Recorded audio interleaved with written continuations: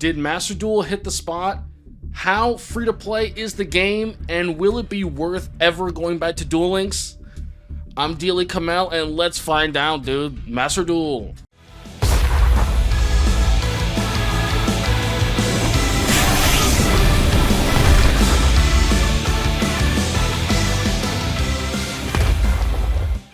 What's up, guys? Dealy Kamel here, back again with another Master Duel video. And this one, I wanted to give you my first impressions. You may have seen Rise first impressions video already, so I don't want to repeat too much information. I really just want to cover some of the same things he did just for a refresher, but then really hone in on some things that I specifically think about Master Duel from my time playing. So I did stream a few hours of the game. I was not able to play at launch, but I did play a little bit later in the day.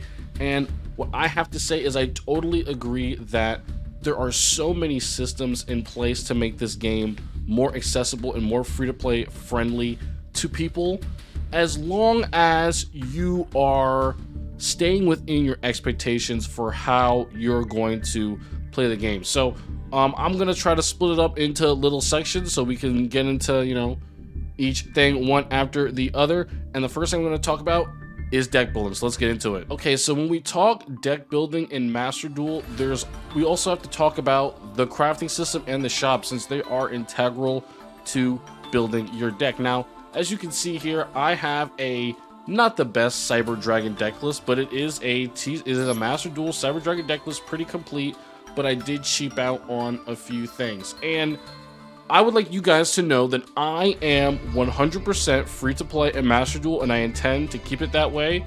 And I obtained this deck by spending, I would say, all of my free to play gems, and then breaking down some of my, or I would say a lot of my URs and SRs that I got from opening packs into building this deck. Now, just so you know, I did follow all of the tips from Rise video. I bought the bundles, I bought the pack. Well, I got the Cyber Dragon stuff for buying the bundles, so I didn't have to buy the pack. But then after that, I just invested in Cyber Dragon, and then I crafted the staples, like you can see here, the Pot of Prosperity, the Lightning Storm, and another Ash Blossom.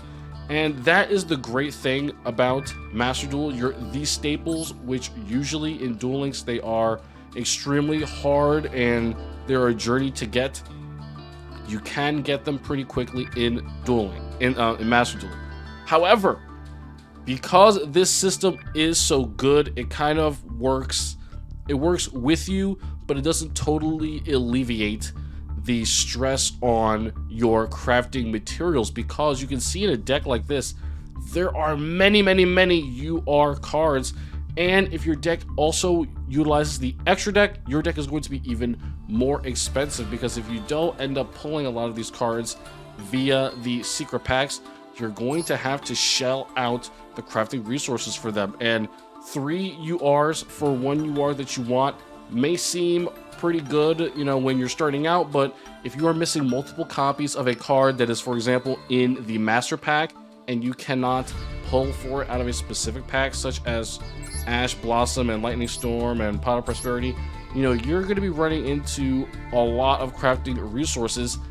And, you know, at the beginning, on, you know, day 1 or day 2, however long until, you know, more rewards and missions comes, you may be locked to one deck playing free to play. So I would definitely say that one of the most important parts about deck building before you even build your deck is to make a hard decision on what you want to play, so you can spend your resources the most efficiently. Because even though the crafting system does help a lot, even though the ratios are pretty generous, you know, you're still going to want to min-max, because these resources, you know, they're not infinite. I mean, they may be seemingly very plentiful, but there's going to be times where, you know, you complete missions and you don't have resources for a pretty long time. You're going to have to play a lot of solo mode to catch up. And speaking of solo mode, that is the next thing that I wanted to talk about. Alright, so I actually think solo mode in Master Duel has been done very well. One of my greatest concerns before Master Duel came out, when I was looking at the promotional material, was how is Master Duel going to maintain meaningful progression outside of PvP. That's something that a lot of Yu-Gi-Oh games, Yu-Gi-Oh experiences have. Duel Links had that problem. I was worried about Master Duel. However, they have incorporated it in a pretty intuitive manner. So you can see here that there are different scenarios. The first two teaching you the basics of the game, and the third and fourth one are actually going to be story scenarios in which you proceed along a storyboard via an archetype, and then you get rewards for listening to stuff, practicing mechanics, and then using your skills that you learned in a duel thereafter. You can see you get clear rewards here. These allow you to unlock gates within these scenarios so that you can progress through them faster. And one more thing about this is as you get to these higher levels here, each of these scenarios will have 2 rewards, so you can complete them 2 times around, once with their loaner deck that they give you, and you complete it also once with your own deck. Now, what I like about this is it keeps you going and it keeps giving you a reason to play over and over again, and there are gems at the end of these scenarios. Maybe the first 2 there are not many, meaningful rewards, you would say, like gems and crafting rewards, but there are some here for you to get, and you will be unlocking many scenarios after you complete these. This list will fill up completely. And I do think that this is a great addition to the game, and it's a much more straightforward way to give us free-to-play rewards, as opposed to, in Duel Links where you're leveling up characters, you're leveling up your stage, you're doing a whole bunch of stuff. So yeah. Also, there are rewards here for winning duels in solo modes, and you can see here these rewards are pretty fat, dude. 50 CP UR. This is basically a free UR card. Then you only need 10 more, and you can craft another card on top of that, which is absolutely insane. And all you have to do this, to get these rewards, is to complete solo mode. You can check these missions in the missions tab, by the way, under unlimited missions. This solo mode one keeps going all the way until 20, and you can see the rewards keep on piling up. 200, 300, 300. It is absolutely nuts. So there's a bunch of stuff here, so I implore you to also go through your missions. There are also a lot of things in here for specific actions that you can take in a duel. It does say that these are available in event duels and ranked, but event duels are not around right now. But I would guess that event duels are going to be against AI opponents and not against, other players. And so you really can only progress these in ranked duels at the moment. So bear that in mind. But yeah, so next, let's talk about the shop. Okay, the Master Duel shop. I think that this system is actually super great, man. I really like it. It is a breath of fresh air after coming from Duel Links. And of course, I'm just going to repeat it in case this is anyone's first video today on Master Duel. There are a couple things. There is the Duel Pass, which I still have to buy on this account. And this is essentially a battle pass that goes from 1 to 100, and it gives you rewards including 600 gems, 100 UR CP, a picture, and a pot of greed thingamabobber. A mate. A pot of greed mate. That's what it is, not a thingamabobber. And this is actually really good. You can see here, this is the Duelist Pass. If you click on it right here, it just looks like any other, it looks like a Fortnite Battle Pass, brother. It's a Fortnite Battle Pass for Yu-Gi-Oh, which honestly is everything that anyone could have hoped for. Fortnite Battle Pass is exactly the archetype of Battle Pass that we want in Master Duel, and we did get that. So this is going to give you a ton of resources, and for only 600 gems, you get access to this gold tier, which you can see gives you, basically double the rewards on every tier. So that is pretty nice. Okay, so why didn't it take me back to the shop, dude? That's one thing. These little menu things are kind of funny. Alright, so after I would buy the Duel Pass, of course you have to hit up the bundle deals. These are super helpful, and the fact that you can just buy them straight up with gems is super good, and it can skyrocket you ahead in your progression for this game. All you have to do is buy these. You get 10 packs, and you get the card in question, Ash Blossom. All of these are going to be meta cards that you're going to put in any deck that you intend on playing competitively. So these cards are no-brainers. These are all 3 no-brainer purchases, and I think that is super good. They didn't put in any ones that were kind of, you know, the value was negligible so that you'd have to, you know, decide on getting them. Everything here is super, super good. The packs themselves. So I do like the way that Konami split up the 10,000 cards in Duel Links. Of course, first we have the Master Pack, which has 3/4 of the cards, and then we have the Legacy Packs that have the other 1/4 of the cards that are like older and, you know, really low rarity and normal monster cards.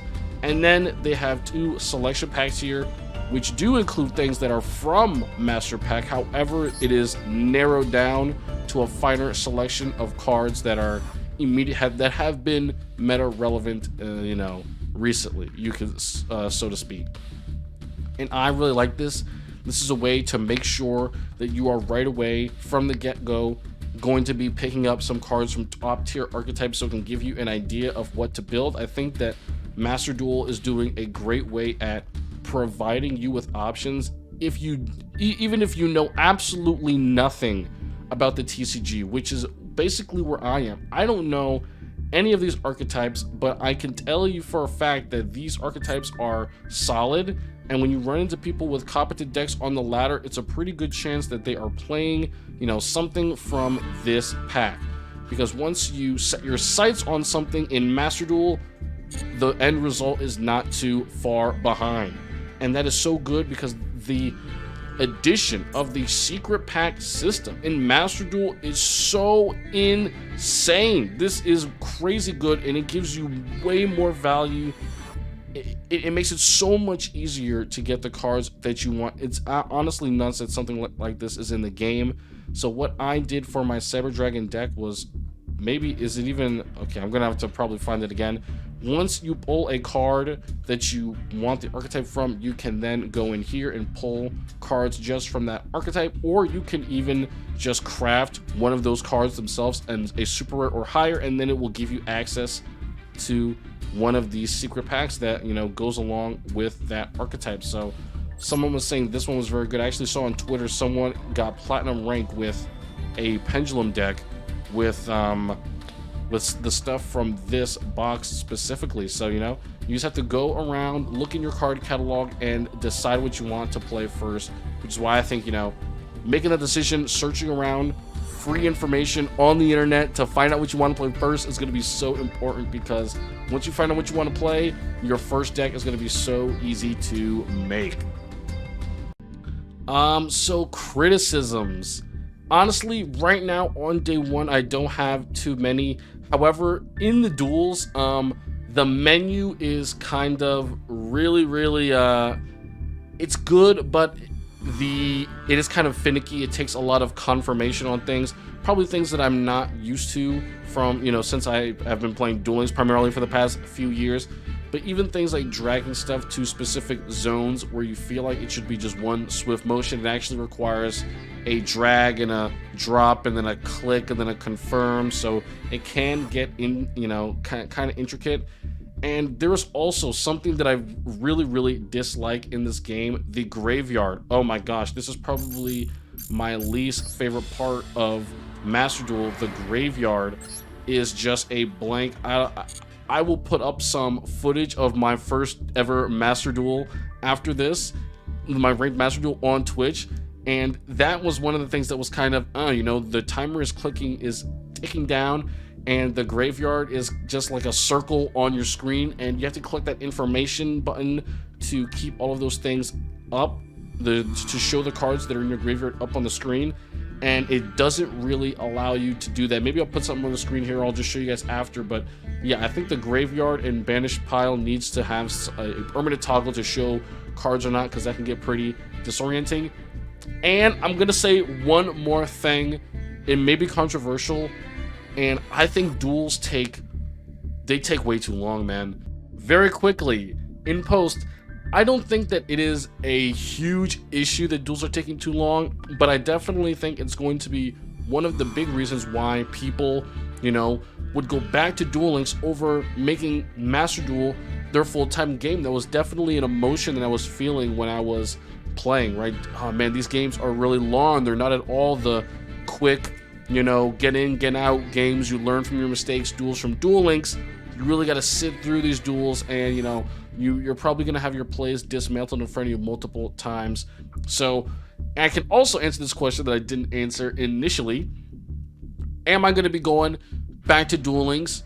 Am I going to be still playing Duel Links after this? Is it worth playing Duel Links? And I'm going to say yes.